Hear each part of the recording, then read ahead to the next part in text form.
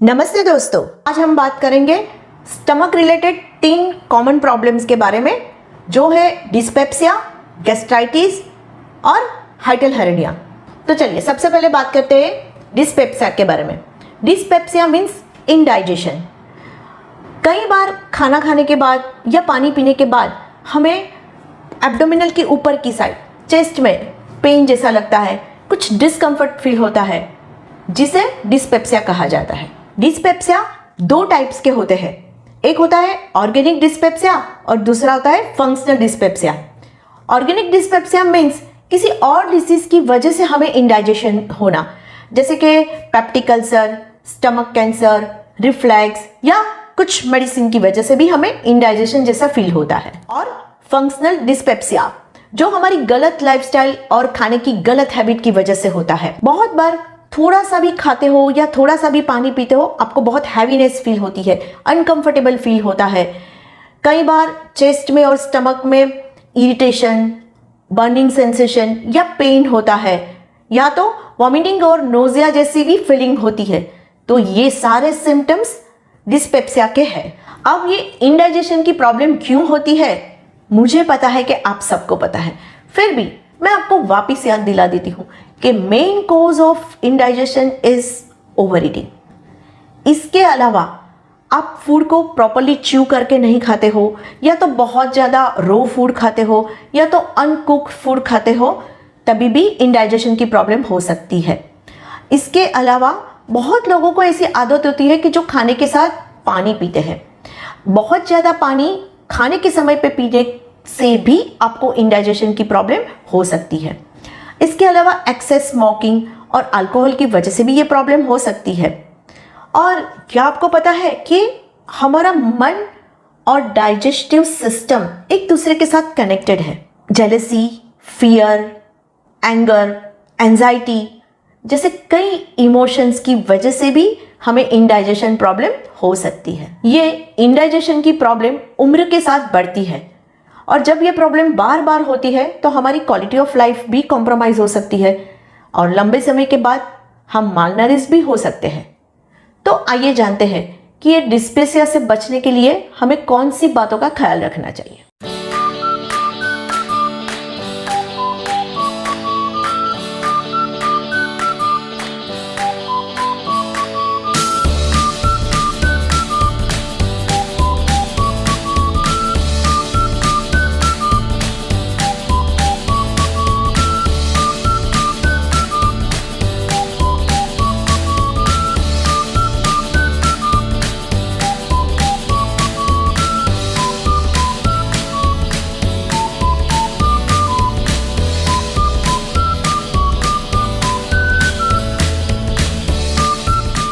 अब बात करते हैं स्टमक के सेकंड प्रॉब्लम, गैस्ट्राइटिस के बारे में। In simple language, inflammation of stomach lining is called gastritis. आप सबको पता है कि स्टमक में हाइड्रोक्लोरिक एसिड आया हुआ है। ये हाइड्रोक्लोरिक एसिड तेजाब की तरह स्ट्रॉन्ग है, और इस एसिड से बचने के लिए स्टमक की अंदर की साइड एक मसल्स का लेयर आया हुआ है, जिसे म्यूकोसा कहा जाता है। कोई भी रीजन से जब ये म्यूकोसा का लेयर डैमेज होता है या वीक होता है, तो उसमें सूजन आ जाती है, और इस सूजन को गैस्ट्राइटिस कहा जाता है। गैस्ट्राइटिस के 2 प्रकार है, एक है इरोजिव यानी कि रिएक्टिव गैस्ट्राइटिस, और दूसरा है नॉन इरोजिव गैस्ट्राइटिस। इरोजिव गैस्ट्राइटिस मीन्स कि स्टमक लाइनिंग में इन्फ्लामेशन भी होना और उसके टिश्यू का डैमेज भी होना, और दूसरा जो है नॉन इरोजिव गैस्ट्राइटिस मीन्स सिर्फ स्टमक लाइनिंग में ही इन्फ्लामेशन होना। तो अब जानते हैं कि इसके सिम्टम्स क्या होते हैं।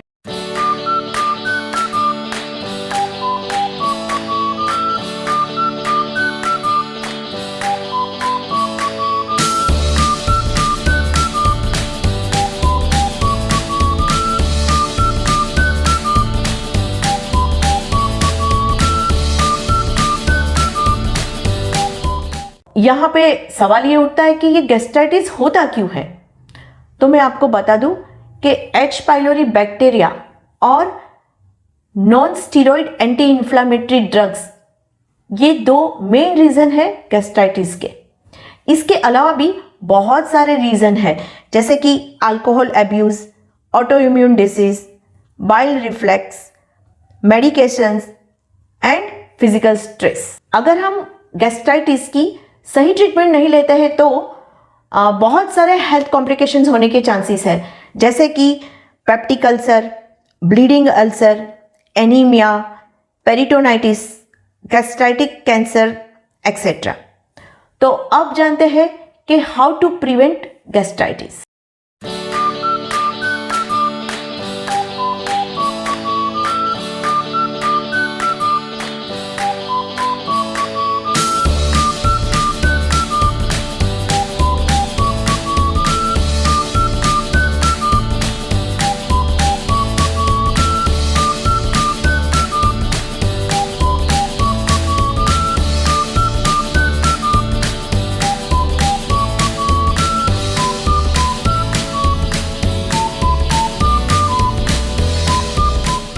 अब बात करते हैं स्टमक के थर्ड प्रॉब्लम हाइटल हेरेनिया के बारे में। ये प्रॉब्लम मैं आपको नॉन मेडिकल टर्म्स में, यानी कि सब लोग समझ सके ऐसी सिंपल लैंग्वेज में समझाने की कोशिश करती हूँ। तो चलिए सबसे पहले ये समझते हैं कि हेरेनिया किसे कहते हैं। तो एक लेमन की लैंग्वेज में कोई भी ऑर्गन या टिश्यूज अपनी जगह से खिसक के कोई और दूसरी जगह पे चला जाता है, जिसे हेरेनिया कहते हैं। तुरंत ही हमें ख्याल आता है कि ऐसा भी होता है, और अगर होता है तो क्यों होता है।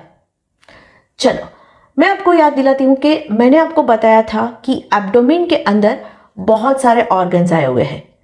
ये सारे ऑर्गन अपनी जगह पे सही तरीके से रहे, अपनी जगह से हिले नहीं, इसके लिए ये सारे ऑर्गन्स के आसपास एक पतला सा मस्कुलर लेयर होता है, जिसे पेरिटोनियम कहा जाता है। अब कोई भी रीजन सर, जब ये पेरिटोनियम वीक हो जाता है या तो उसमें होल हो जाता है, तो ये ऑर्गन अपनी जगह से हट के दूसरी जगह पे चले जाते हैं, जिसे हेरेनिया कहते हैं। हाइटल हेरेनिया, यहां पे जो पिक्चर आपको दिखाई देता है उसको ध्यान से देखिए। ईसोफेगस यानी कि अन्न नड़ी, अन्न नड़ी की ऊपर की साइड हमारे माउथ से कनेक्टेड है, और उसकी दूसरी साइड पतला सा एक मस्कुलर लेयर जिसे डायफ्राम कहते हैं, उस डायफ्राम थ्रू वो एब्डोमेन के अंदर जाता है और स्टमक के साथ कनेक्ट होता है। तो डायफ्राम में जो होल होता है, जिसे ईसोफेजियल हाइटस कहा जाता है। कोई भी रीजन सर, जब ये हाइटस अपनी नॉर्मल साइज से बड़ा हो जाता है, तब स्टमक का ऊपर का भाग हाइटस थ्रू चेस्ट में चला जाता है, जिसे हाइटल हेरेनिया कहते हैं। हाइटल हेरेनिया दो प्रकार के होते हैं, sliding hiatal hernia and fixed hiatal हेरेनिया।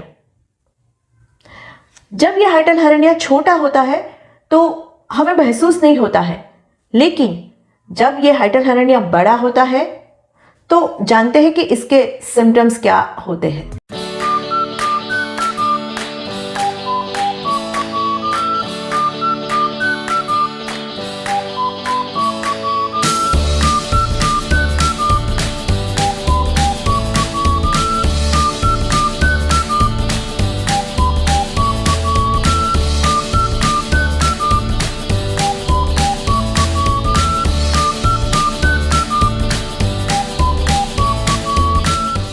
यहां पे एक बात तो क्लियर है कि जब भी एब्डोमेन में प्रेशर क्रिएट होता है तब हेरेनिया होता है। तो आइए जानते हैं कि ये एब्डोमेन में प्रेशर कैसे क्रिएट होता है।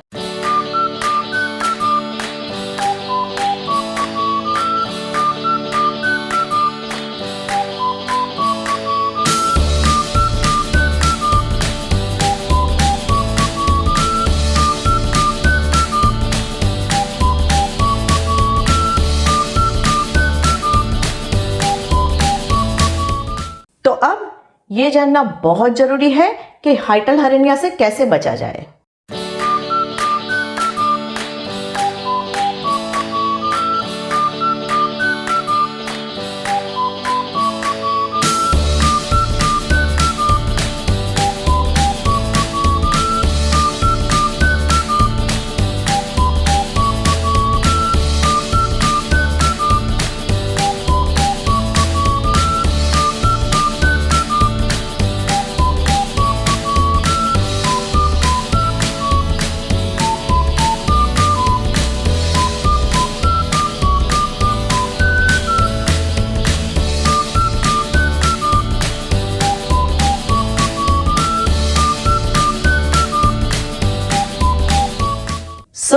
Connected with me, connected with परिचय न्यूट्रिशन क्लिनिक, क्योंकि लाइफ अभी बाकी है। Thank you.